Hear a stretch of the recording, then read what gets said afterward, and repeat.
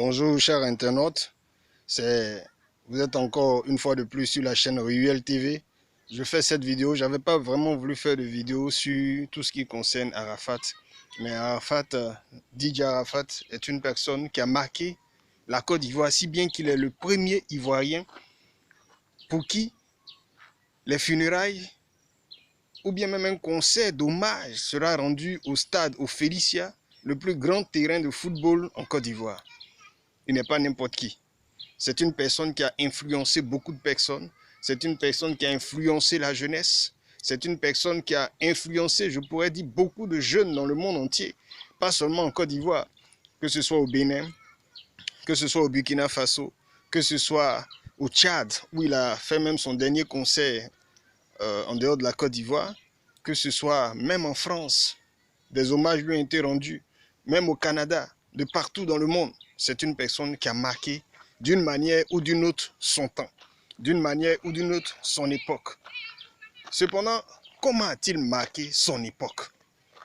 Comment a-t-il marqué son époque? Négativement, positivement? Qu'est-ce que chacun retient de DJ Arafat? Qu'est-ce que je retiens de DJ Arafat? Avant toute chose, avant tout propos, nous allons prier.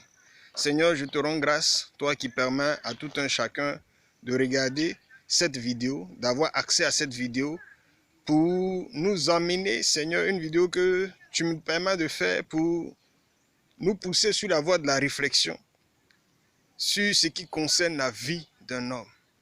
Vous savez, nous avons prié au nom de Jésus. Vous savez une chose, la Bible dit ceci, la vie d'un homme ne dépend pas de ses biens. Un autre verset que beaucoup de personnes plus ou moins auraient entendu, que sert-il à un homme de gagner le monde si celui-ci perd son âme? Je ne dis pas que DJ Arafat a perdu son âme, je ne sais pas. Et ça, c'est entre Dieu et lui. C'est entre Dieu et lui. Aujourd'hui, tout un chacun est amené à prendre conscience.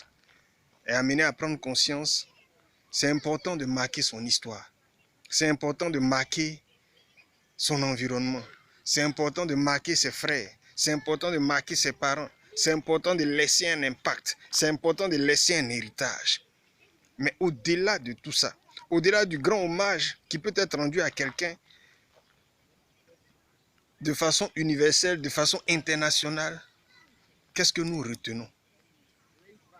Je dis à chacun, c'est important pour moi de marquer mon histoire. C'est important pour toi de marquer ton histoire. C'est important pour toi de marquer ta génération. Et c'est un exemple. C'est un exemple. Mais avec quel esprit on marque sa génération? Est-ce que c'est avec l'esprit de Dieu ou bien c'est avec l'esprit de mort?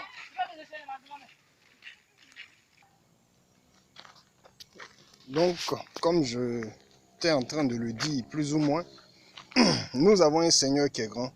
Nous avons un Seigneur qui est puissant. Et lors du vivant de Jésus, il avait raconté une histoire qui était véritablement intéressante. Le Seigneur Jésus pouvait dire ceci, qu'il y a deux types de personnes dans la vie. Il y a ceux qui fondent leur vie sur le Seigneur, sur l'obéissance à Dieu. Il y a ceux qui fondent leur vie sur la désobéissance. Quand vous prenez le livre de Matthieu, le chapitre 7, verset 24 au verset 27, vous allez voir. Il y a une personne qui, lorsqu'il veut construire une maison, construit sur un roc qui est dur, construit sur un roc qui est solide, construit sur un roc qui est bénéfique. Il y a d'autres personnes, quand ils veulent construire, ils construisent sur du sable, de telle sorte que lorsqu'il y a un petit vent, lorsqu'il y a de la tempête, cette maison disparaît.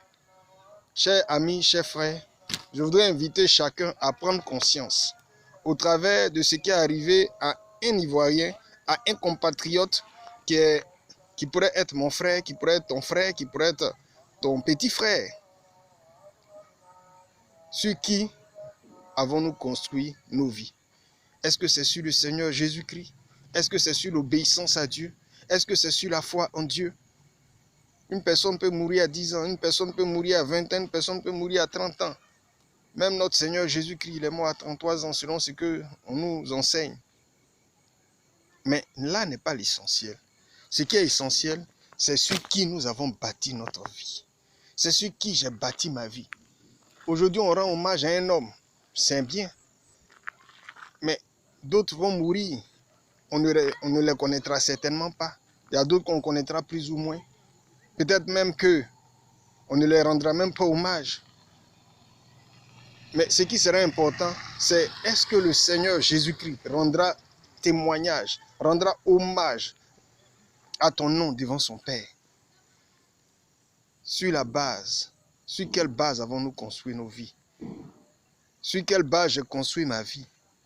Est-ce que je construis ma vie sur la popularité? Est-ce que je construis ma vie sur la désobéissance à Dieu? Est-ce que j'ai construit ma vie selon le monde? Ou bien j'ai construit ma vie selon le Seigneur? Le Seigneur nous appelle à l'obéissance. Le Seigneur Jésus-Christ est mort pour nous. Ce sacrifice-là n'est pas n'importe quel sacrifice. Il avait 33 ans. Il avait la fleur de l'âge. Qui a envie de mourir à 33 ans? Qui a envie de donner sa vie même pour quelqu'un à 33 ans? C'est à 33 ans que beaucoup se disent, mais il faudrait que je réalise tel projet. Il faudrait que je fasse des maisons. Il faudrait que moi aussi, je me marie un jour. Si je suis déjà marié, il faut que j'ai des enfants. Si j'ai déjà des enfants, il faudrait que j'ai des voitures. Il faudrait que j'ai des réalisations. Il faudrait qu'on reconnaisse que moi, c'est quelqu'un. Frère, sur qui avons-nous bâti nos vies? Le Seigneur nous pose la question. Aller au stade, tu vas rendre hommage à Didier Arafat, c'est bien, mais c'est le moment pour toi de te poser la question. Il a fait son parcours, et toi, et moi. Toi aussi, tu vas faire ton parcours. Moi, je vais faire mon parcours. Et plus tard, je vais me retrouver devant quelqu'un, devant une personne qu'on appelle Jésus-Christ de Nazareth. Qu'est-ce que je vais lui dire? Face à ma conscience, qu'est-ce que je vais raconter à ce Seigneur? Vraiment, humilions nos cœurs devant le Seigneur. Si tu es au stade pour rendre actuellement hommage à Didier Arafat, c'est le moment aussi pour toi de réfléchir. Qu'est-ce que tu vas présenter à Dieu? Qu'est-ce que tu vas présenter au Seigneur Jésus-Christ après ton séjour sur terre? Lui, il est déjà parti. Et moi, qu'est-ce que je vais présenter à Dieu? Qu'est-ce que je vais dire? Quand je serai devant le trône divin, comment est-ce que je vais répondre au Seigneur?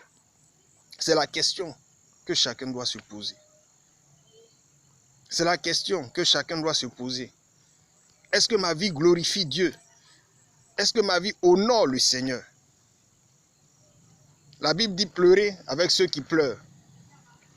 Je ne suis pas pour ceux qui sont en train de mépriser ou bien même de ne pas éprouver même de sentiments par rapport à la mort de quelqu'un. Mais la Bible nous dit pleurer avec ceux qui pleurent. Tu es en train de pleurer la mort de quelqu'un, pense à la tienne. Pense quand tu seras devant le Seigneur, qu'est-ce que tu vas répondre? Moi je pense, quand je serai devant Jésus, qu'est-ce que je vais répondre? Qu'est-ce que je vais dire à ce Dieu puissant? Est-ce que son sacrifice est vain pour moi? Donc ce qui est arrivé à la nation, ce qui est en train de branler, ce qui est en train de faire souffrir la jeunesse aujourd'hui, ce qui est en train de faire pleurer, Seigneur, le cœur, doit nous amener à nous poser des questions. Vous êtes sur UL TV, la chaîne des amis de Dieu, et je souhaite que cette brève intervention amène chacun à se ressaisir, amène chacun à penser sur quel fondement il a bâti sa vie. Est-ce que c'est sur du sable ou bien est-ce que c'est sur le roc? Ce roc-là, c'est Jésus-Christ de Nazareth. Que Dieu nous bénisse. Seigneur, je te rends grâce pour tous ceux qui auront la grâce d'écouter cette vidéo. Je prie que ta grâce, ta faveur, ta lumière soit sur leur vie, que tu sois leur guide et que tu donnes à tout un chacun d'entre nous de bâtir nos vies sur toi. À toi ce soit la gloire, Seigneur Jésus-Christ. Amen.